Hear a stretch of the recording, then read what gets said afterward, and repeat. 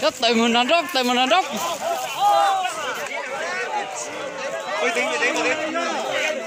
Đột thế nữa.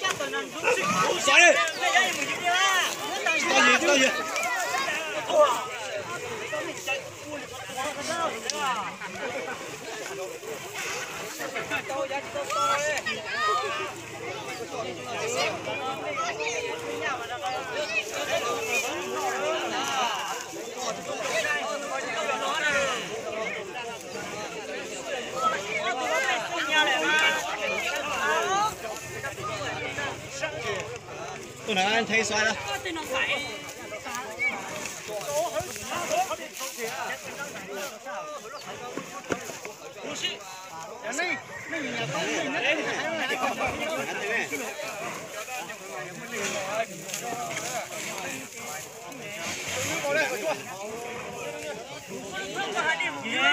Mới ra. Mẹ giúp cái dư đấy. Mẹ giúp cái cho mùi dư mà. Dư cái cũng nhiều. Cụ thể à. Cháu cứ cho nhại mùi dư lắm à.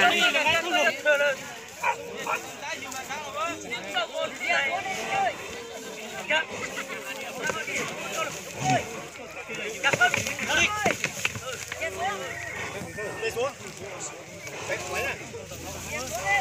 Lên xuống. Này, vô nó bắt tao hả? Vô nó bắt tao hả? Xoay đi. Xoay.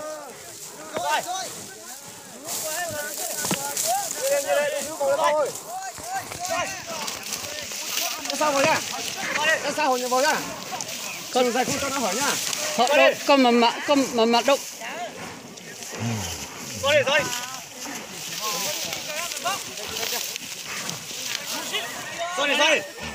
Ui, sao, tôi bắt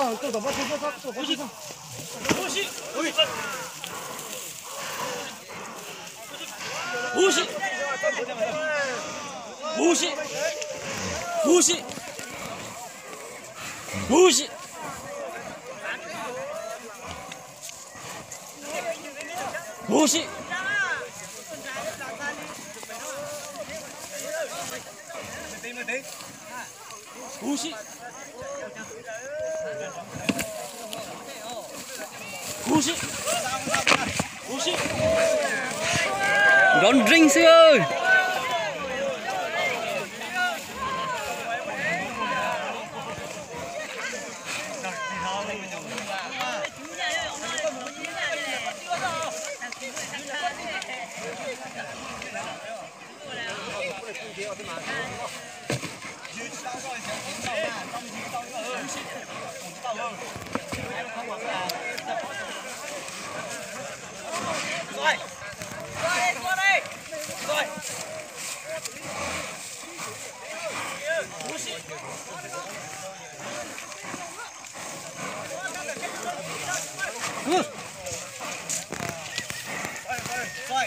Mày chờ tao một mấy tuần còn mới chua mỗi đứa không còn mới chua nữa mà. Với lứa chứ mà.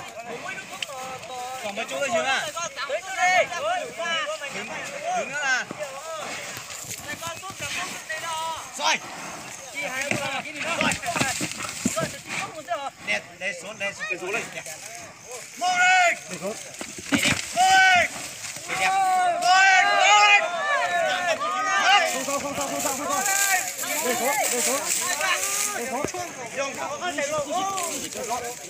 Đây. Xin của toàn đẹp thế này các bạn.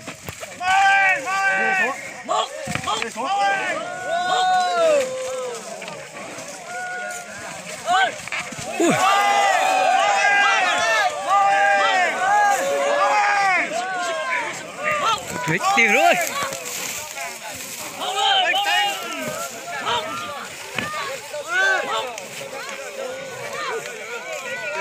Để xuống.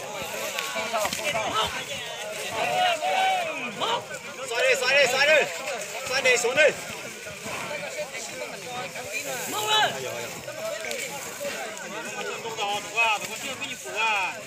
Để xuống.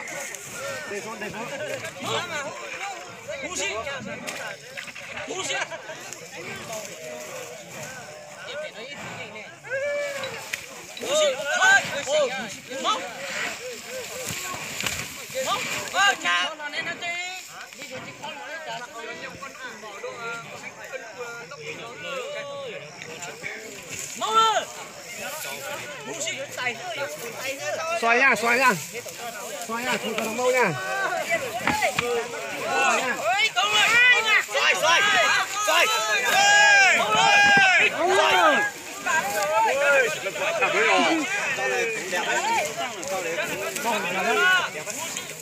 Hú xích. Máu chín rồi. Máu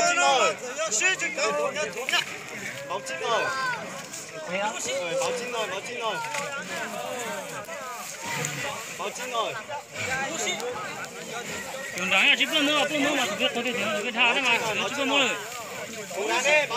Có tiền đến đến được không có nó không đến đến được cái tiền đó à.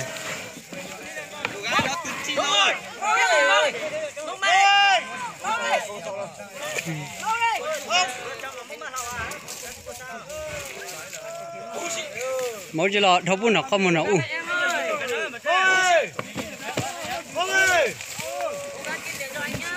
Ra sao vào.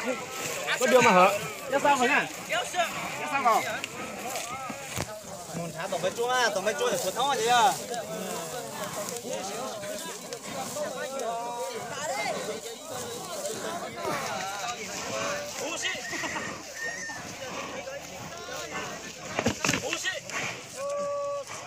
Biết.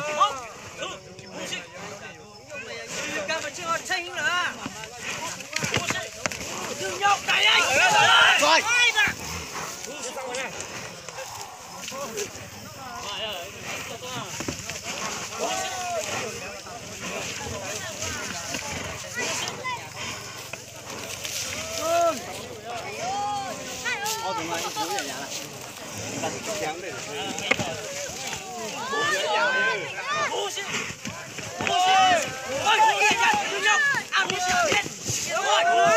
Ăn miếng chả miếng nữa đâu. Không sao. Chắc còn đâu à. Nói thằng ngắt thông tôi dịch đây nè. Thông thằng mà chui dịch đây nè, mấy cái nha. Anh nhà gì nhà tao tôi thông hiểu dịch tao ơi. Chứ sao vậy hả?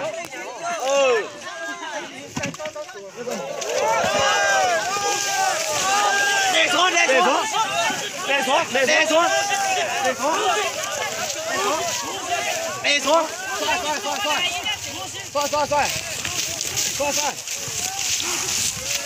Xoay. Thôi, được rồi. Để xuống.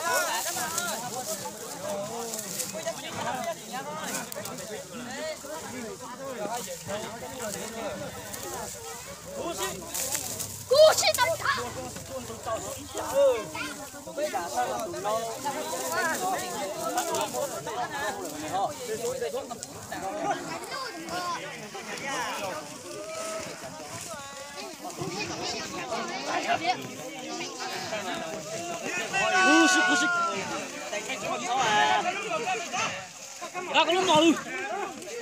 Con mồi gì quá. Mồi lúc bắt đầu là. Husik.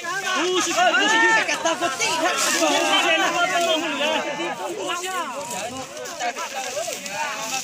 tí lọ thì mua thôi mà thế. Giờ tí lọ thì mua thôi.我也许好问这种啊。不是。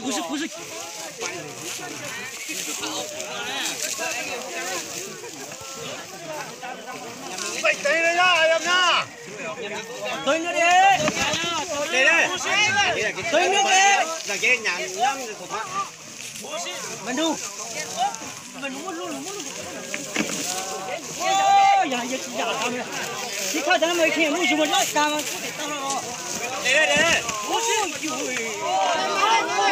Mau đây.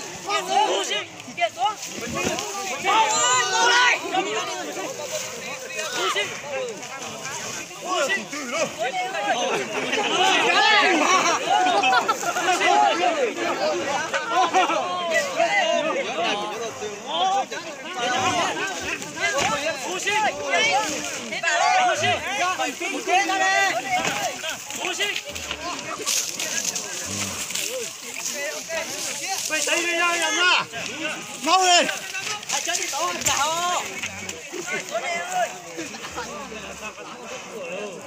Mày cái cá thắng ở tủ ơi.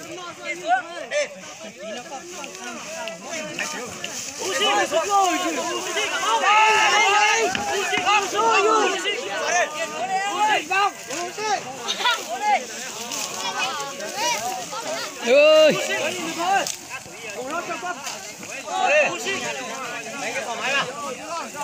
Nó có tiếng ra.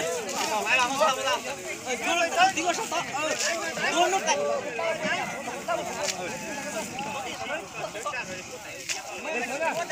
Nó tàu ra. Lên xuống. Mày là anh mày thua thì mày phải chỉ nhau nhá.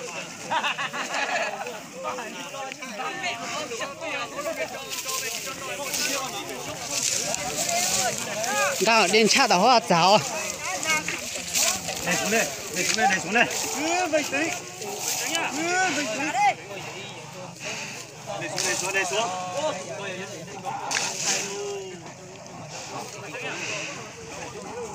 Mày chuột đấy. Mày chuột té à? Mày chuột kìa. Mày chuột cái gì vậy?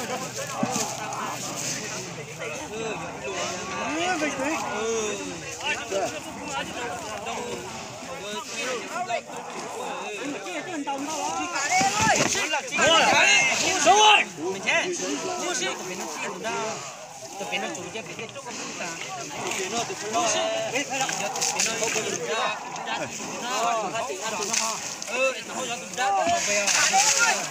Mày tính sao coi mà thấy không? Duyên tô. Mua cái lúc mấy lục. Con gấp. Mua đi. Mà đi ơi. Đâu đi.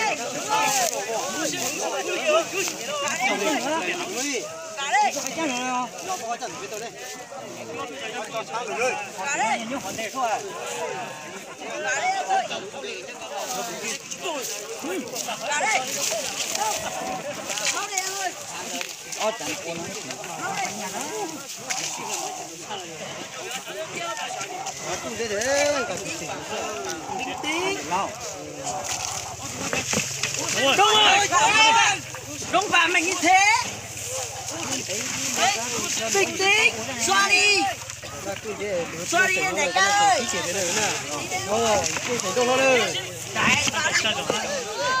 Bây giờ thì xa nè. Vào đi. Bình tĩnh, chạy đi. Vô đây, đúng rồi. Tiếp tục xoa. Tao nè, nhớ chỉ là giả nè hả? Nó chỉ giả nè hả? Luôn cái nó không chỉ tàu chơi lâu rồi lâu tàu gì hả? 15 phút rồi. Tao phanh nữa giờ. tổ trong phanh rồi Ô tụi mà. tụ sát bên này tụ Ô tao dưới được chưa? tôi nhận tàu rồi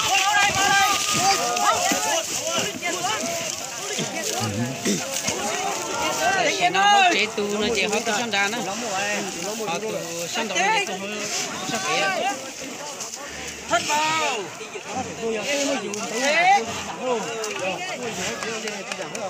Không mua, chỉ là tôi mua. Cho nên hơn chơi một xe dùng để chán nữa. Ít thì hãy dừng cái xíu mà lấy pháo nữa rồi.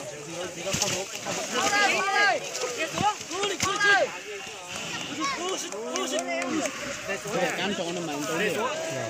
Hắn chọn vào nhà tụi nó Tụi nó tụi nó nhung mỏ trên một thiết cho tụi nghỉ xíu rồi.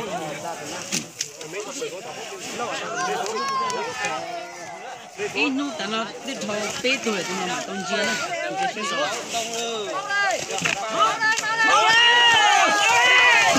ôi rồi ôi rồi con giỏi à bao ơi bao gì ơi chạy đi ơi mình ra đi đâu tôi nhập bài rồi nhiều lẩu này à tiền tàu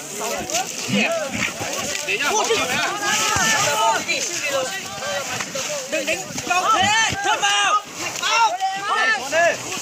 thôi đi em ơi đúng rồi asa vào chạy vào đấy asa vào đấy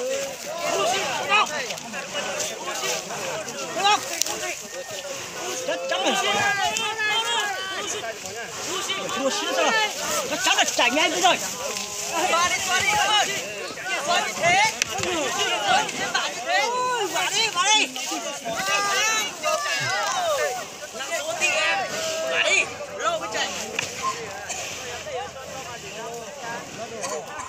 ôi lão cái chủ yếu bây giờ của mấy tao vẫn có sinh hoạt cả mà mấy sử dụng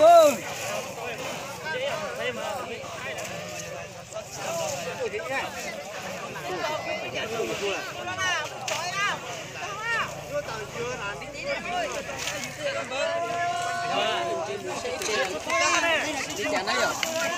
Thì tự xin đâu cái gì 으식 지식 으식 thì ra có rong là chết thằng gì đó rồi mình cứ mày cho mày tao ít kiếm nào mà mày sử dụng cái tay hết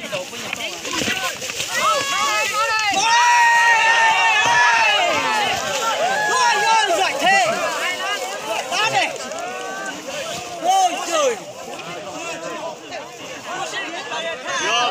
có túp là khá nhá chỉ bao này chỉ bao lúc này thời gian sai chứ mà tin rồi tao nó xin là những là chúng sao là đấy có chỉ cái gì có mỗi tông tàu ra mà thôi thì cái con thôi vậy tìm mà này chứ số thế này cả mô là dân tàu có khóa bây giờ có mà lo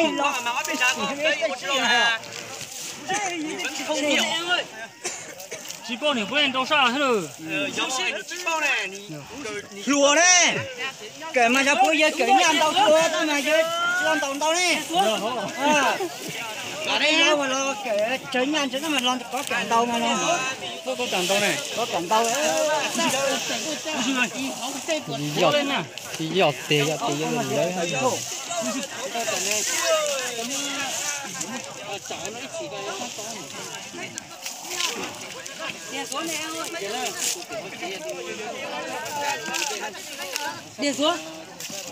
đi xuống còn lúc mà mình hốt khâu kỳ chia nó cãi rồi hả đi xuống đi em ơi